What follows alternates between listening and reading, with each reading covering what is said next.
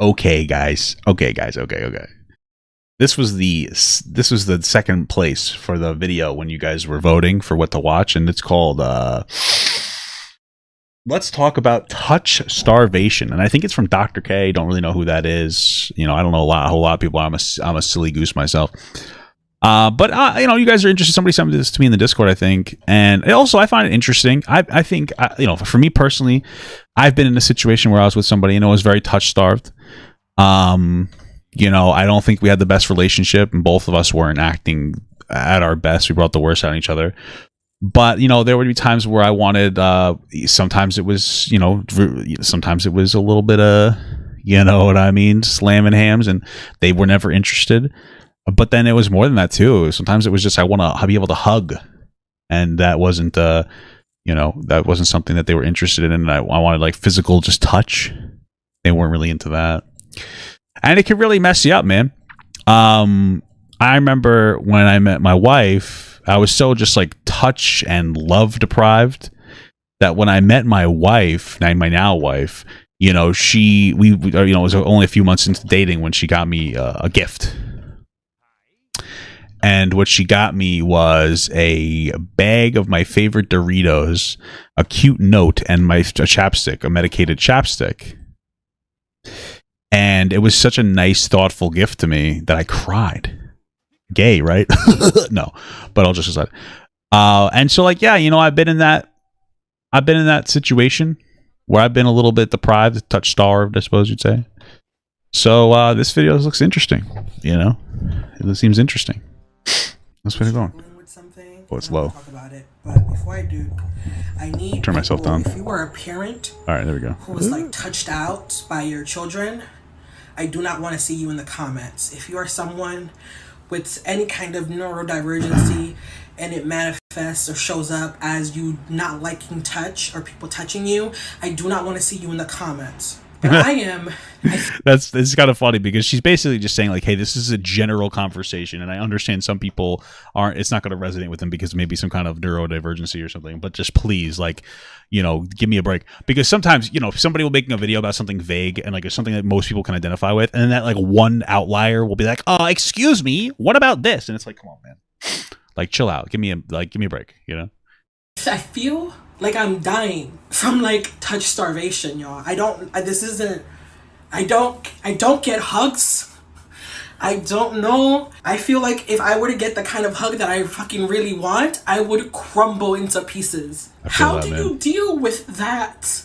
I really like need to be like touched. And I know someone's gonna say like, okay, go to the salon and get your hair done, or get a massage, or... No, man, there's something very powerful about hugs and love. I know it sounds kind of cringe, but there's something very powerful about like real, like, love. There's, you know, touching, if you know, just touching somebody who loves you, whether it's like a relationship, any relationship, whether it's your mom or dad or a partner or a brother or sister or a cousin, not the Alabama type of cousin, you know what I'm saying?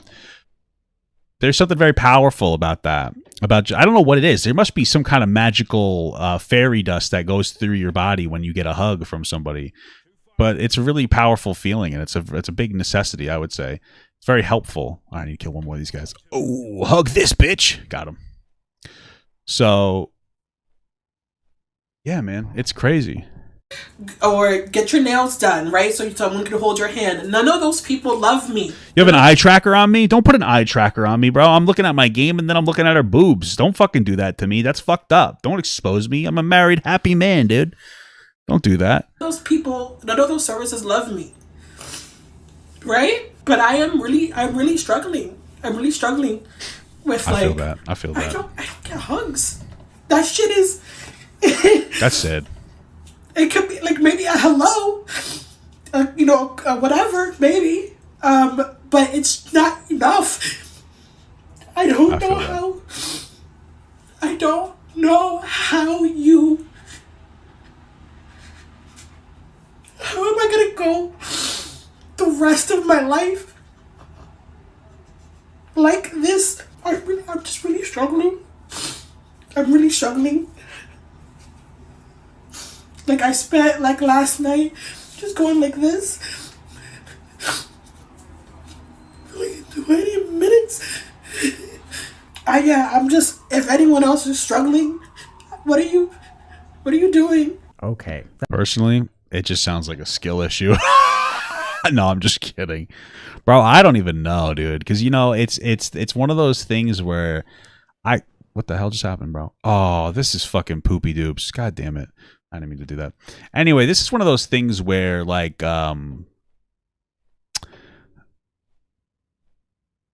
didn't solve this problem on purpose. I know it sounds like weird to say, but I just got like lucky, dude. I was like, oh, the problem like solved itself once I found my wife. I don't know. I have a lot of casual sex. I don't know. That's probably a bad idea. So I can't even give you advice on how to do this. I would just say, in general, to young people, because I feel like that's the way you really got to say this to, is just kind of operate in a way that you don't have to look for it, but allows openings for developing loving relationships, so that you don't burn out and you don't become touch deprived. That is some heavy stuff. And hey, she was very beautiful. You don't have to fucking call her fat, bro. I'm just busting. She was attractive, but I just busted jobs for that. But I think she is spot on. I think she's really tapped into something that I think we've sort of struggled with. So let's start by understanding a couple things. The first is that this is not a isolated experience. I also think something that a lot of people don't realize is that this is also not like a gendered experience. The other really interesting thing is, even if you talk about some of the stuff around like neurodivergence and people who don't like to be touched, I've heard a lot of people who are neurodivergent and don't like to be touched, but are also starved for touch. They're still longing for it. And they're in some ways like interesting in an even trickier situation, because their body, and we'll talk about this in a second, needs exactly what everybody else needs, but their somatosensory cortex doesn't even allow them to engage in it. So like what's going on That's here? crazy. So I think what we're seeing, so we've seen that there's a loneliness epidemic. Some indicators of mental illness are getting way worse than they ever have before. The percentage of people who have never been in a romantic relationship is rising astronomically. The percentage of people who have never had sexual relations is also rising astronomically. The number of people who have never had a friend or have zero friends is also rising. So true. That's rough. Damn. I wonder how it feels, because like young people, they're getting most of their relationships online, I feel like, and there's less forced interaction, and also like you don't know what you lost until you lose it. And also for a young man, it's considered gay to get hugs, which is ridiculous, there's just so many problems. There's so many damn problems, I think this is going to be kind of weird. Like, we're going to talk about science for a second, but I think this goes like way further than science. Ew. The first thing is, let's talk about the physiology of like touch starvation. And there is a ton of physiology to it. So, and it's not just oxytocin. So there's one hormone that's kind of like our bonding hormone. This is oxytocin. So oxytocin is what's released when we like cuddle with other people. Like is it cuddling too? I thought it was just doing the do. Cuddling. Wow. Interesting. We look at parent-child bonding, and when you like cuddle with something, like you get a spurt of oxytocin. Oxytocin does things like calms down your nervous system, reduces your stress hormone response. It's kind of like inversely proportional. And so like literally a hug makes us feel better. It's not just a subjective experience, it's a physiologic experience. Damn. These signals are also what allows us to be in love and to feel. What like a depressing thought, though, that love is just a series of different chemicals. It sounds so sad. When you say it like that, it just sounds so sad. Love is just a series of different chemicals and body reactions, But that's okay. I'm okay with that type of love. That's okay. That's life. Love. So when you cuddle with someone, there's oxytocin and you feel love. It creates a loving bond between two people. But it's way more than oxytocin. So there are studies on touch deprivation. And the scary thing is that these studies used to be done in orphans. We used to have to go to an so sad. To find a group of people who were starved for physical touch. And we study them, these orphans in Romania. Now, if we want to do a study on touch deprivation, where do we go? The average person. We no longer need to go to orphanages to find people who are starved for touch. It's a society where it's become the norm. So we see changes in cardiovascular outcomes. We even see changes in things like hemoglobin A1C. So people who are starved for touch, their diabetes is worse. We see, of course, changes with things like cortisol, mental health parameters like depression and anxiety. Really? But when a human being gets touched, it does way... Because I got diabetes. I'm working on it, but I got it. And that's interesting that it's even... Your diabetes is worse when you don't get touched? But that's fucking wild, dude. Holy moly. Way more than oxytocin. And this is what's also interesting. There was one study that took patients and shocked them with electrical shocks. Okay, We administered electrical shocks to patients. There were 3 groups of people. One group was by themselves. One group was holding hands with a stranger. Third group was holding hands with a loved one. And the perception of pain, the way that the pain was traveled to the brain, the way it was interpreted by the brain's response to getting electrically shocked changes and is blunted and attenuated by human contact, and especially by human contact from a loved one. It literally makes the experience of life less painful. Like literally. It's not like some like, oh, like it's easy to be, no, like literally there's like the perception and response to a simple electrical shock is attenuated by holding hands with a loved one. That's kind of crazy, bro. Dude, love is such a cool thing, dude. I don't know how to communicate. That's one of those things, man, where I really do feel like young people are so love starved. And like, I get it. Sex is obviously very good too. Like you get out a lot of shit too. And it's the similar obviously the same hormones are released when you come. But there's something so powerful about love. And it's so sad because like really toxic aspects of masculinity. And I like masculinity. Okay. It makes me come. But tell you that it's gay in some capacity to love somebody. That's just so sad. You know, we are really talking about the wrong things here. It's fucked up. And what are we seeing? We're seeing worsening like diabetes. We're seeing worsening inflammatory issues. Everyone's going gluten-free and keto diet. Like, why? What's happening with society? Why is everyone so prone to inflammation? Why is everyone so damn starved for touch? There are 2 things that have happened. Don't do keto, guys, to lower your diabetes. Just lick her toes. You know what I'm saying, dude? Give like a little hug on her toes, a little couple kisses. That's just as good for your diabetes, guys. It's doctor prescribed. Doctor prescribed. The first is that our society has become increasingly independent. We've decided that independence is king. And what we should strive for is independence, financial independence, emotional independence. The thought of being interdependent with someone else is something that we call weakness. So if you think about a problem in your life, what does everyone tell you to do with problems in your life? Fix them, right? You should fix it. It's your responsibility. If you're broke, it's your fault. On the flip side, what we'll also do is we'll blame society. And so we'll say it's society's fault that you're broke. And both angles are correct, but both angles are missing something else, which is that when I hear you complain about, oh, you're homeless, that's society's problem or it's your problem. You know whose problem it isn't? It's not mine. It's not mine. So in our strive for independence, each individual in the world has absolved themselves of the responsibility of caring for other human beings. That's an interesting point. That's a really deep point. I don't know how to feel about that. That's a lot of information that he just gave. Because I understand.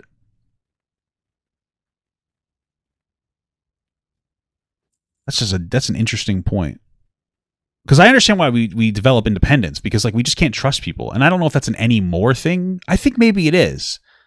Like, you know, we always talk about how bad things used to be. I think one of the good things back in the day was like before technology was and before huge communities is we had like people cared about each other because they were in smaller communities and they were more personal and stuff. And we kind of lost that. And now we're at a point where like, yeah, there's systemic issues and there's personal issues. But then there's also like the issue of like, can we help each other more? Which is how I'm reading this. Maybe I'm just too fucking stupid to understand what he's saying. A little bit of love, help thy neighbor, you know, a little bit of kind of a thing. Okay. Because it's society's problem. It's the government's problem, or it's your problem. You need to go to therapy. You need to get help. You need to start meditating. And by the way, if you need to meditate, guess what? There's an app for that. You can do it all on your own. How is meditation? How did it used to be taught? I don't know. People used to go to ashrams. They used to sit in a gigantic hall and meditate together. So we've decided that independence is king. We've decided that the needs of the individual surpass the needs of the community. And we've outsourced the needs of the community to institutions like governments. The second thing that we've done is technology. And we've decided through technology that we're going to meet all of your needs without needing to interact with another human being. So you want to meet people? There's an app for that. You can do it on your phone. You don't have to leave your 4 walls. You need food? There's an app for that. You don't have to leave your 4 walls. You don't have to go talk to another, interact with another human being. Good God. Now, even if you look at ride-sharing apps, they have an option on ride-sharing apps. We are so tired of interacting with other human beings, we can't take a conversation. So now I can select something on my app that says, don't talk to me. That's interesting because I hate talking to people too. So I get it. But then it's kind of a bad thing. I mean, if you just kind of retract and you remove like the emotional aspect of it, like just constantly using self-checkouts, that kills jobs. I know that's definitely a very weird way to look at it. But I still don't want to do it. I don't want to talk to somebody if I don't have to. I don't like anybody. But that's kind of a bad thing, no? Huh. Heaven forbid, you're talking to me? What's wrong with you? You're talking to me? I did not invite you to talk to me or interact with me, and heaven forbid that you touch me in any way. When I was training to be a psychiatrist, we had this whole segment on touching patients. And it's a good segment, right? You have to be super careful about when you touch another human being and what that means. And one of my supervisors told me, never touch a patient. It is not yeah, so this is something I could tell. My wife is a behavioral specialist, also with intellectual developmental disabilities, blah, blah, blah. I say it all the time. But this is one of those things, is like, you're really not allowed to touch the people that she supports. And it's something I talk about as like my advocation for these individuals, is because like it's fucked up, because these people in group homes, people with Down syndrome and autism, like, higher support needed, Down syndrome and autism, they're in these facilities, and they're group homes, really, what it is, a facility, my balls. And they're in these facilities. How do I explain it? And the people who support them are not really allowed to touch them or get close to them. And it makes sense from a purely logical perspective, right? The concept is like, hey, you don't want to get too close to them, because then, like, if you leave, it'll be really upsetting for them. It could be difficult for them to understand loss.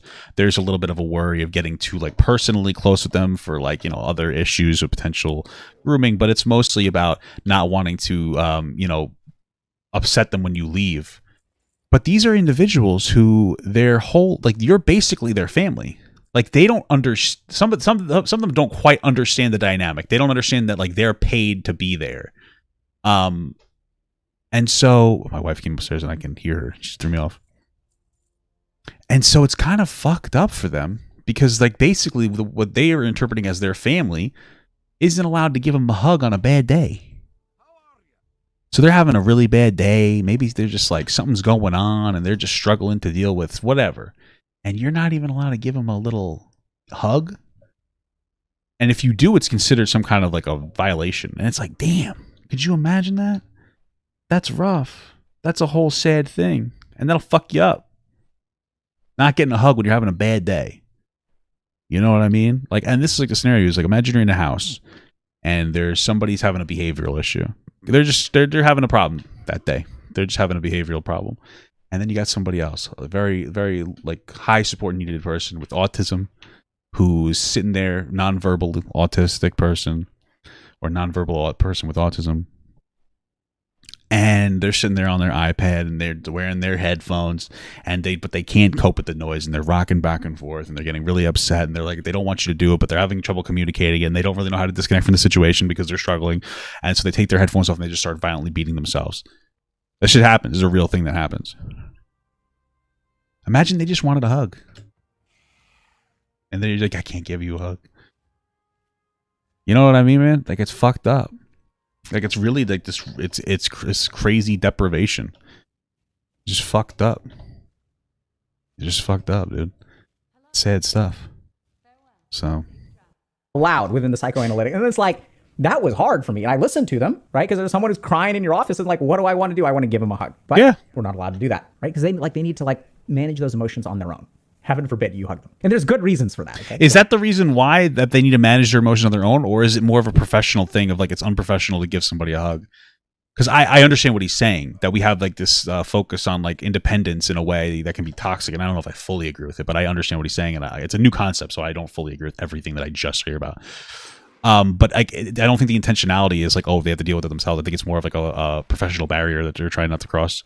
But okay. Like, it's smart. So I talked to other people, right? And I said, hey, this is like hard for me. Help me understand. And they said a lot of brilliant things. So the first question is, if it's hard for you to hug a patient, that's about you. You should never hug a patient because it's hard for you to not hug a patient, because then you're putting yourself ahead of the patient. Brilliant. I shouldn't hug people to make me feel better. And if I feel like an asshole for not hugging someone, I should not do something to a patient that alleviates me feeling like an asshole. Brilliant, actually. Okay, so there's a lot of good stuff in there. But I also talk to people about, is it okay to hug patients? And sometimes I hug my patients, but there's a way to do it in therapy, right? You talk to them about it. You say, hey, like, what does it mean to you? What does it mean to me? Like, what does this mean for us? We explore what that means. But in the rest of society, we don't touch people anymore. I'm not saying go out there and touch people, but like, you can invite someone, right? You can ask people like, hey, you need a hug today? Like, you can do that. And I think this is what's so challenging is then we get into a whole other can of worms which is like a good can of worms, like in the sense that it's valid. Because if you go around you asking people if they want hugs, they're going to call you a creep. They're going to call cops. And so somewhere along the way, we become so independent that touching other people makes us uncomfortable. Like we don't even know how to do that anymore. And this is what you end up with. A society of people who are disconnected. Because by the way, if you need friends, there's Discord. If you want to talk to someone, you can chat, right? And you know what? I hear you're feeling down. Let me send you an emoji of two people hugging. That's what we've come to. Hey, you can't underplay that emoji though, dude. Stopped hugging each other, and we've started sending emojis of people hugging. Like, what the fuck? We've created substitutes for human needs. It's not actually fulfilling the need. It's a substitute. I recently learned that there's a virtual girlfriend app. Don't have a girlfriend? I think that's the Replica AI app available on iTunes and the Apple and the Android store. Listen, it's interesting. You know what's upsetting is I really only learned about this app because they took away the option to sext their virtual girlfriend. And I was like, you know, for science, I wanted to see what the hell's going on, you know? Like how do you mean you could sext an AI? What does that mean? How does one do that? What are alternatives to the AI replica app that exists nowadays that I could potentially utilize if I'm feeling like it? You know, these are just hypothetical questions, of course. I would never engage with that. This is ridiculous. It's a childish, of course. But it's just like, what are the alternatives, you know? Just curious. Asking for a friend. I'm doing a research paper. You know, why would they get rid of that? That's so silly. It's silly goosery. How do I get access to that again? You know? These are the real hard-hitting questions. Here you go, right? And now we can get human-shaped pillows, and we can even get sexual devices, and we can substitute a relationship in so many different ways. And it's only a matter of time before someone takes ChatGPT and outsources an API to make a virtual girlfriend who adapts to you and learns like a human intelligence. That is crazy. I wonder if they're going to be able to cause like some kind of a hormonal response release too, where they can release whatever like the hormones are that bro, how wild would it be if they created an AI girlfriend or whatever, or AI partner that like looked like a person, they felt like they can emulate human emotions, blah blah blah blah blah, and then they could also regulate the releasing of different hormones that would have a response of you releasing your hormones in a way that made you feel like you're bonding with it. And what if the AI got so complex that it could adapt to the amount of hormones that you require in your release? I know that sounds so weird, but like think about that. Like we're all different, so we all probably, one of the things that we probably respond to, and I could just be wrong about this, I'm just assuming, but I could be like 1,000% wrong. But one of the things that you might respond to somebody with is like how much of the hormone they release back to you and how much you enjoy that release of that level of hormone. Does that make sense? Because I feel like everybody might release a different level of, like, we're talking about like oxytocin, right, or whatever the fuck. You know what I mean? I know that sounds so like a weird thing I'm saying, but like I could see it. And so like your AI was able to adapt to the amount that you need to be in like a satisfactory relationship. Could you fucking imagine that shit, dude? Like how deep would this shit go? I know this is a bizarre, I could just be wrong about science, but I feel like, what if we got to the point where we're phasing out people? It's crazy. Think I'm wrong? I don't know. Maybe I'm a fucking idiot, but substitutes. And why? Because the individual humans today don't want to give people what they need. It's not society. It's like each and every one of us. This is what's happening, right? And there are a lot of people out there who are, you know, as we're watching this, are like somewhat like, give that lady a hug. And that's what I felt too. But this is the other problem. Like, it's great that we had that emotional reaction and that she was raw and she shared her experience that resonated with a ton of people. But just think for a second at what it takes to get someone to hug that person. She's literally got to put something on TikTok that explodes. And that's the threshold for human contact. That's the hurdle she has to jump to get a hug. We've got to lower the threshold to help other human beings. And so like, what do we do about this situation? Right? Let's go around and hug each other, dude. Let's go do it. Let's do it. I think it's like pretty simple. We've got to be careful about using technology as a substitute for human needs. Can technology be used as a tool to fulfill human needs? Absolutely. But it's crossing the line into substituting and trying to provide the needs in and of themselves. Second thing that we've got to do is we've got to stop blaming people for their problems and stop blaming society for their problems. We've got to start blaming ourselves for other people's problems, which runs completely alien, right? And that's like, well, to an extent that is society. Although I guess when people blame society, they're blaming the government and like abstract ideas of the society. I don't fully agree with this, but I understand where he's going. I think the message I'm getting out of it is like, try to play a little bit more of a role in helping thy neighbor, right? Try to be a little more empathetic to your neighbor that's saying, hey, I have this problem, and don't say, well, that's not my problem, I don't care. Try to be a little bit more empathetic, I think, is all it's coming down to. But I wouldn't say fully blame it on yourself. And I think nowadays we're having a little bit of an issue where people are not taking enough accountability for themselves. So I would say, let's all just kind of try to share in the wealth.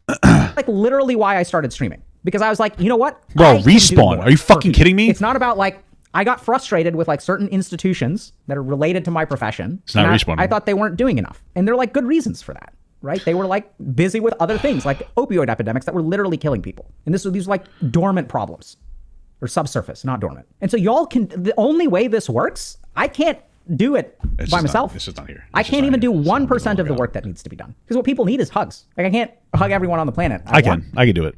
I think I could do it. I think I could pull that off. I think it's a skill issue for you, Dr. K. There's a part of me that really wants to. I think it'd be cool, but like I can't do this I can stream on Twitch, I can talk to y'all, but like how close can you and I really get? The only way this works is if we start accepting responsibility, like we as individuals start accepting responsibility for the needs of the human beings around us. And that's hard, because if you start doing that, it can be painful for you. And so that's the Yeah, I mean, taking on too much of other people's problems can definitely be something that's deeply distressing for an individual as well. That's like finding the balance. How do we find this balance? So core of the problem. Because what's happened in our society is we've decided we move further and further along the road of, if it's painful for me and it benefits someone else, I don't have to do it. And I actually agree with you there. You don't have to do it. No one else is entitled to your sacrifice. No, just try to be a little nicer, guys. But that's the problem with society, is like people are trying to, there's a group of people that feel entitled to the love of others. That's not right. And on the flip side, if we're not entitled to the love of others, can we still give it? Can we still receive it? Like that's the thing, is like no one is forcing you. I don't think it's fair to force you, but the only way this works is if we actually step up as a group of people and we start caring about other human beings. Yeah, that's pretty based. I like that. That was a good message. I really appreciate that. I feel like this is the message that these fucking manosphere people need to be absorbing. Love. So beautiful. I love love. Love is cool.